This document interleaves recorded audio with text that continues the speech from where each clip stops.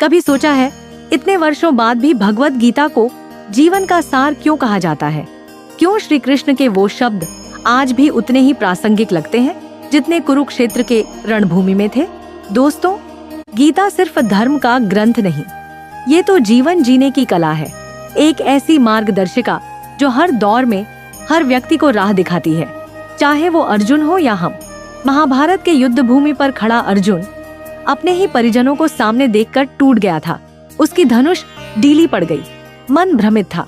वो सोच रहा था क्या अपने ही रिश्तेदारों के खिलाफ युद्ध करना सही है? और यही वह क्षण था जब श्री कृष्ण ने उसे जीवन का सबसे बड़ा सत्य बताया। कृष्ण ने कहा, कर्मण्येवाधिकारस्ते मा फलेषु कदाचन। तेरा अधिकार केवल कर्म करने में है, फल पर नहीं। यही तो गीता का सार है। जीवन में हम अक्सर अर्जुन की तरह भ्रमित हो जाते हैं, कभी डर से, कभी परिणाम के लालच से। पर कृष्ण सिखाते हैं, कर्तव्य करो लेकिन आसक्ति मत रखो।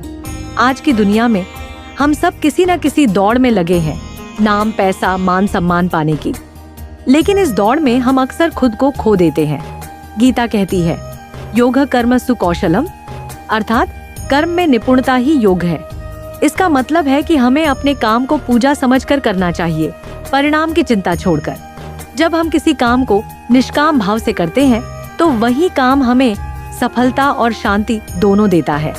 आज अगर हम अपने ऑफिस, पढ़ाई या रिश्तों में कृष्ण की ये सीख अपनाएं तो तनाव, चिंता और डर सब मिट सकते हैं। श्री कृष्ण ने कहा था, उद्धरेदात्मनात्मानम नात्मानम व साधयेत्। मनुष्य स्वयं अपने को ऊंचा उठा सकता है या स्वयं अपने को गिरा सकता है। आज के युग में सबसे बड़ा युद्ध कोई बाहर नहीं, हमारे अंदर चल रहा है। नकारात्मक विचारों, असफलता के डर और बेचैनी के खिलाफ। गीता हमें सिखाती है, मन को साधो तभी जीवन साधेगा। ध्यान, संयम और आत्मनियंत्रण, यही सफलता की असली चाबी है। कृष्ण का संदेश है, जो अपने मन पर विजय पा लेता है उसके लिए संसार में कुछ भी असंभव नहीं। गीता कहती है, समत्वम योग उच्यते। सुख दुख, लाभ हानि, जय पराजय, इन सब में समान भाव रखना ही योग है। आज जब जरा सी असफलता हमें तोड़ देती है और जरा सी सफलता हमें अहंकारी बना देती है, वहीं कृष्ण सिखाते हैं, संतुलन ही जीवन का असली सौंदर्य है। अगर हम सुख में विनम्र रहें और दुख में धैर्य रखें तो कोई भी परिस्थिति हमें हिला नहीं सकती। न जायते म्रियते व कदाचित, आत्मा न जन्म लेती है न मरती है। जब कोई प्रिय व्यक्ति हमें छोड़ देता है तो हम टूट जाते हैं, पर कृष्ण का संदेश है, जो चला गया वो केवल देह छोड़ गया है, उसकी आत्मा कभी नहीं मरती। अगर हम इस सत्य को समझ लें तो हर विदाई, हर दुख, हर डर का अर्थ बदल जाएगा। फिर जीवन मृत्यु नहीं बल्कि आत्मा की यात्रा लगेगा।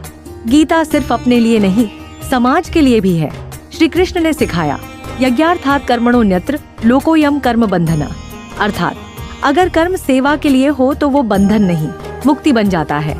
अगर हर व्यक्ति अपने कर्म को समाज की भलाई से जोड़ ले तो न केवल उसका जीवन सफल होगा बल्कि समाज में भी शांति, संतुलन और प्रेम फैलेगा।